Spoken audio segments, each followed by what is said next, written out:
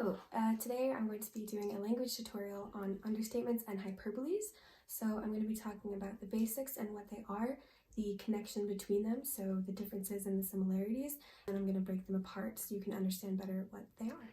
Okay, so first of all, I'm going to be talking about the difference between them. So a hyperbole is an over-exaggeration of a situation or a statement. It's to emphasize emotion and just really an over-exaggeration of a situation or a statement.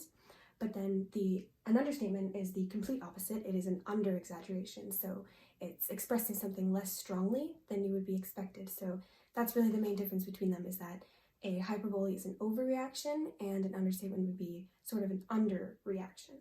But they're also very similar in emotion and why they are added into statements and figures of speech. So that brings us to our similarities. One of the main similarities would be that they both include a reaction of some sort. So both of them are used to add a reaction to a situation.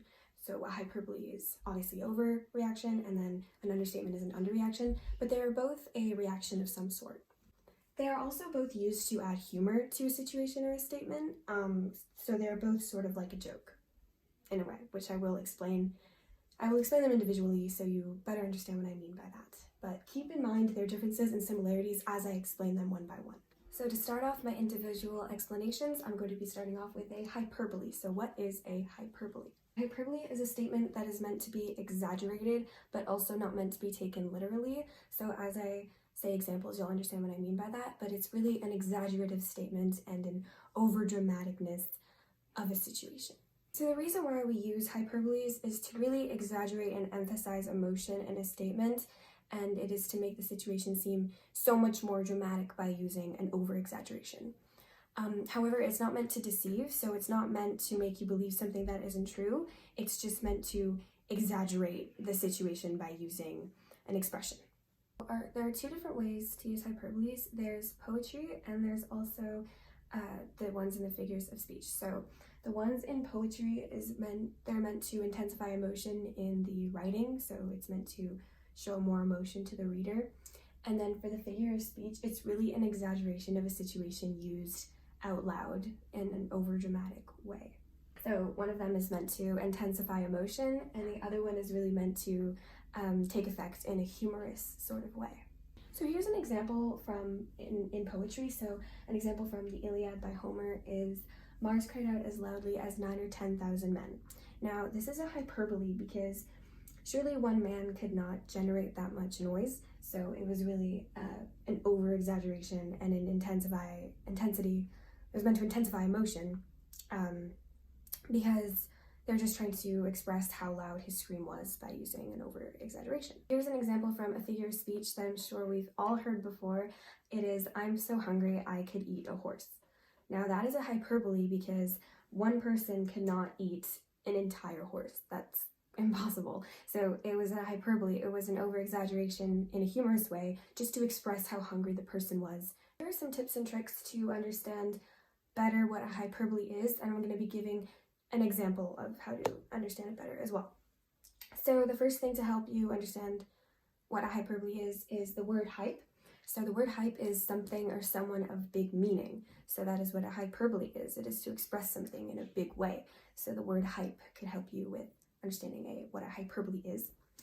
Another thing is I'm going to be giving an example of a statement, the same statement, but one statement is going to be without a hyperbole and the other one is going to be with a hyperbole.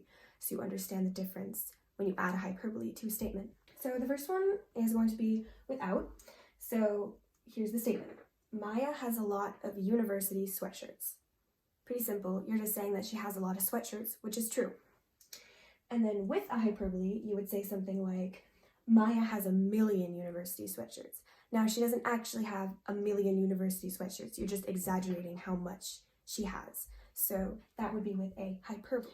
Now I'm going to be explaining what an understatement is. So what is an understatement? So obviously an understatement is the complete opposite of a hyperbole. So it's to express something less strongly than would be expected. So expressing something as being smaller or less important than it actually is. So here are some reasons of why we use understatements. So we'll start with the term less is more. So really meaning that sometimes less of an expression or enthusiasm on something can make more of an effective approach on it and just make it seem more important by making it seem less important. Also, there's adding humor to a serious situation by using an under-exaggeration. So it's often used to make a situation seem less important. So your situation is big and important, but to calm everyone down, you use a little bit of humor by making it seem less important. So there are two ways of using understatements. There's ironic and unironic, so I'm going to be explaining them both. I'm going to be starting off with ironic. So an ironic way would to be obviously add humor to a serious situation. So for an example of that, you could say something like, a hurricane has hit your home and there's water everywhere, there's flooding, and it's a very important situation, it's very serious. But then to add humor, you would use an understatement by saying something like, at least the plants will get watered. So that's like a little bit of a joke, but it's like you're not really expressing the importance of the situation. As you can see, less is more, and it adds humor. So unironic could also be a humorous approach, but it's more of expressing something less strongly than would be expected. So as an example, you are at the airport and you're about to get on your flight, you're already late, but you forgot your ticket. So you would say something like, we have a slight problem. In reality, you don't actually have a slight problem, you have a big problem. So here you're expressing something less strongly than would be expected. There are some tips and tricks, again, on how to understand what an understatement is. So you could use the word under, for example. So an understatement, it is an underreaction to a situation. And again, I'm going to be using a statement. I'm going to be starting off with the statement without an understatement. So Maya has lost all her university sweatshirts, and she says, I lost all my sweatshirts. Like, she's freaking out. She loves her sweatshirts, but then she lost all of them, so now she's really upset and she's freaking out. So that would be without an understatement. Now, with the same situation with an understatement, Maya would probably say something like, time to buy new ones, or maybe university sweatshirts aren't my thing, or, just she would express it less strongly than would be expected, because obviously you would expect her to freak out, but then with the understatement, she would just kind of do an underreaction. Right, now I'm going to be doing some examples of hyperboles and understatements. I'm going to be showing both statements, and you guys are going to have to guess which one is the hyperbole and which one is the understatement to see if you understand what I've explained so far. So the first two examples are going to be examples from song lyrics. So we use a lot of understatements and hyperboles in songs. So the first example is going to be, we only say goodbye with words, I died 100 times, which is a line from a song by Amy Winehouse. The next song lyric is, it's the end of the world as we know it and I feel fine, which is a line from a song by the band REM. So which one's the hyperbole and which one's the understatement? You can pause the video if you need more time to state which one is which. Okay, so the hyperbole was the, we only say goodbye with words, I died 100 times, and the understatement was, it's the end of the world as we know it, and I feel fine. Now, the reason why this is a hyperbole is because she didn't actually die 100 times, because that's impossible. It was just just an expression used to intensify her emotion and how she felt when whatever happened to her.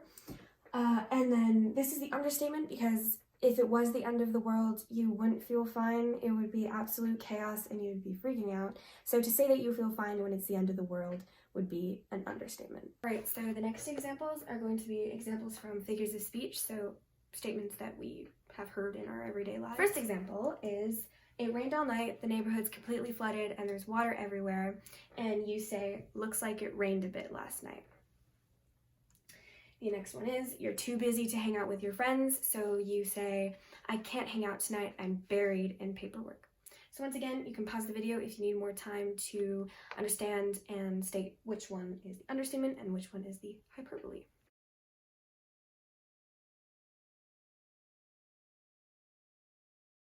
The understatement was, looks like it rained a bit last night, and the hyperbole was, I can't hang out tonight, I'm buried in paperwork.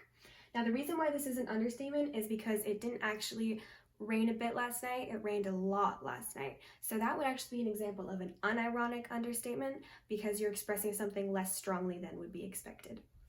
I can't hang out tonight, I'm buried in paperwork is the hyperbole because you're not actually physically buried in paperwork. You just have a lot of paperwork to do. So that would be an expression used to say that you have a lot of paperwork to do, and it is a over exaggeration.